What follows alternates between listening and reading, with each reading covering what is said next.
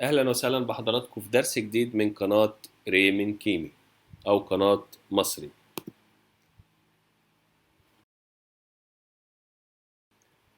النهاردة هنتكلم عن موضوع هو أدوات التنكير وأدوات التعريف. عندنا في اللغة القبطية حاجة اسمها أدوات تنكير غير اللغة العربية. يعني لما بقول قلم مش بحتاج أي أداة قدامه عشان ده نكرة.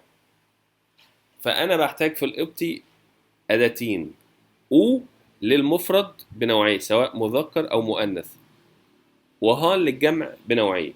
يعني لو الكلمة مفرد بحط قدامها او، الكلمة جمع بحط قدامها هان. وفي نقطة تاني ان الاسم المفرد بيتحول لجمع بمجرد تغيير الأداة نفسها من أداة مفرد لأداة جمع، فبتسهل علينا حاجات كتير. يعني مثلا بقول قلم ما بقولش قاش بس كده، بقول او قاش لما اجي اكتبها في جملة. بقول أقلام بقول هانكاش. يعني كاش ما اتغيرتش، اللي اتغير هي أداة التنكير المفردة اتحولت لأداة تنكير جمع. وإن شاء الله برضو هناخدها برضو في أدوات التعريف نفس الحوار. بقول كتاب بقول أوجوم، بقول كتب بقول هان جوم. طبعا لكل قاعدة شواذ، احنا عندنا في جمع شاذ، يعني مش لازم نفس الاسم. يعني أب مثلا بتبقى يوت، آباء بتبقى يوتي، يبقى أو يوت، آباء تبقى هان يوتي. ده بالنسبة لأدوات التنكير، يبقى أو وهان.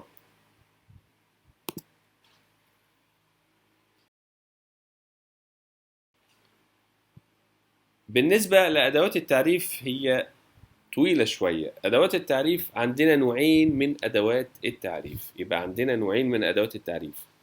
ممكن نستخدم أداة عامة أو قوية، وممكن نستخدم أداة خاصة أو ضعيفة. طيب، هنا بقى أدوات التعريف للمفرد المذكر ليها أداة، المفرد المؤنث ليها أداة، الجمع بنوعيه ليه أداة. المفرد المذكر بتبقى بي، بقول الرجل بي رومي. المفرد المؤنث المدينة كلمة مؤنث بقول تي، بستخدم تي، يبقى تي فاكي المدينة. طب الجمع بقول ني، الرجال ني رومي. لاحظوا برضو ان احنا غيرنا الكلمة من مفرد لجمع بمجرد تغيير الأداة، زي ما هنا الرجل بي رومي، الرجال ني رومي. يبقى الأداة العامة بسيطة خالص، بي للمفرد المذكر، وتي وني للجمع. بي رومي، تي فاكي، ني رومي، الرجل المدينة الرجال على التوالي. طيب بالنسبة للأداة الخاصة، البي بتتحول لإب، التي بتتحول لإت، الني بتتحول لنين. يبقى عايز اقول الابن يبقى اب شيري، اليد كلمة مؤنثة يبقى ات جيك.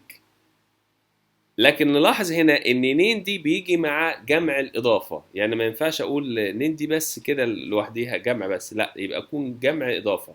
يعني جمع اضافة لما اقول مثلا نين شيري ان ادام، ابناء ادم، يبقى انا في مضاف ومضاف اليه، يبقى استخدمت اداة التعريف في الجمع اللي هي نين.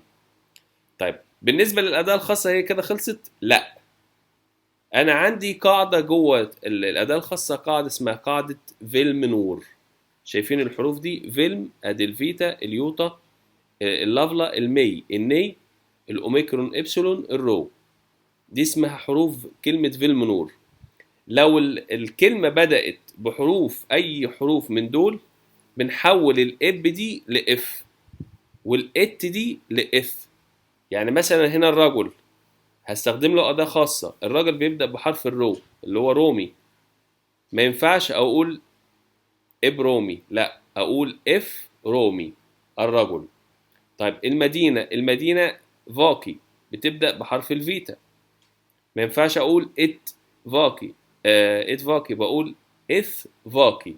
ليه؟ لأنها بادئة بحروف في المنور. طيب في نقطة تاني، إن لازم بالنسبة لل